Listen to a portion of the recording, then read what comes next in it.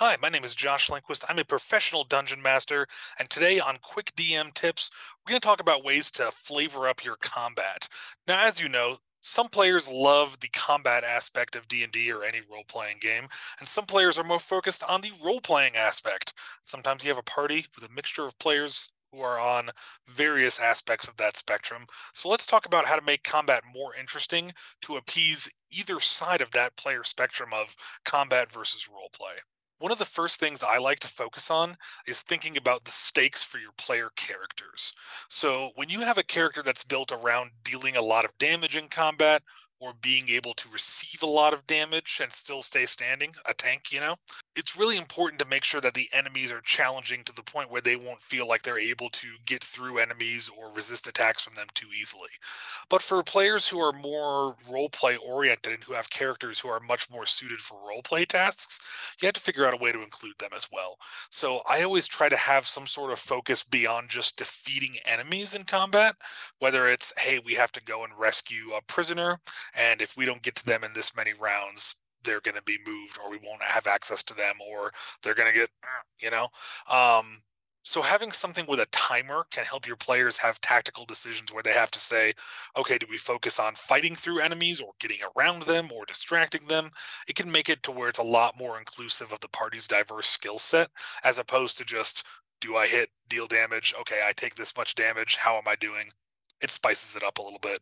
Another thing you can do is add in environmental things that will affect the combat. So if you have moving platforms or certain things that need to be activated or engaged with as an action so that players are figuring out how to solve puzzles or move mechanisms in addition to fighting, it can create a really good dichotomy where the more combat oriented player characters are focused on fighting enemies and the not as combat oriented characters are focused on solving puzzles or moving things in the environment.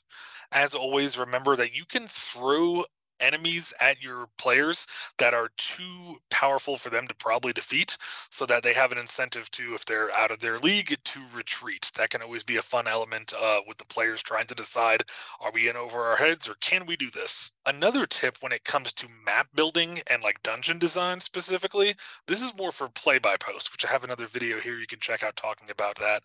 But when it comes to play by post, I think a really cool thing to do is to have very interactive rooms and spaces for your players to explore. Now, with play by post, because it's all virtual and slowly continuously running, you can use stuff like Roll20 or any other, VTT virtual tabletop online. But I love using pen and paper because then you have full creative control. You're not bound by any constraints of the software or website you're using, and you can just move things around much more easily.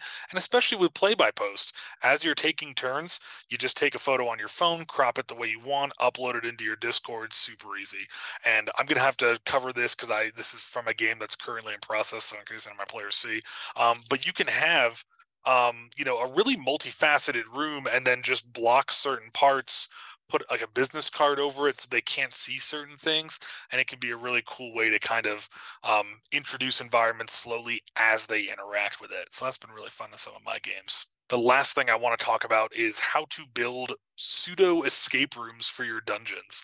So I worked at an escape room for a while. It was a super fun job, and I learned about what puzzles are engaging for players when they're in an escape room in a physical space. When it comes to D&D, you can take some of the same principles and put them into your dungeons. So having multiple puzzles across the room that give you things that tie into other puzzles is a really good way to design it. Some of the ones that I like to do that are pretty complicated, I'll save that for another video.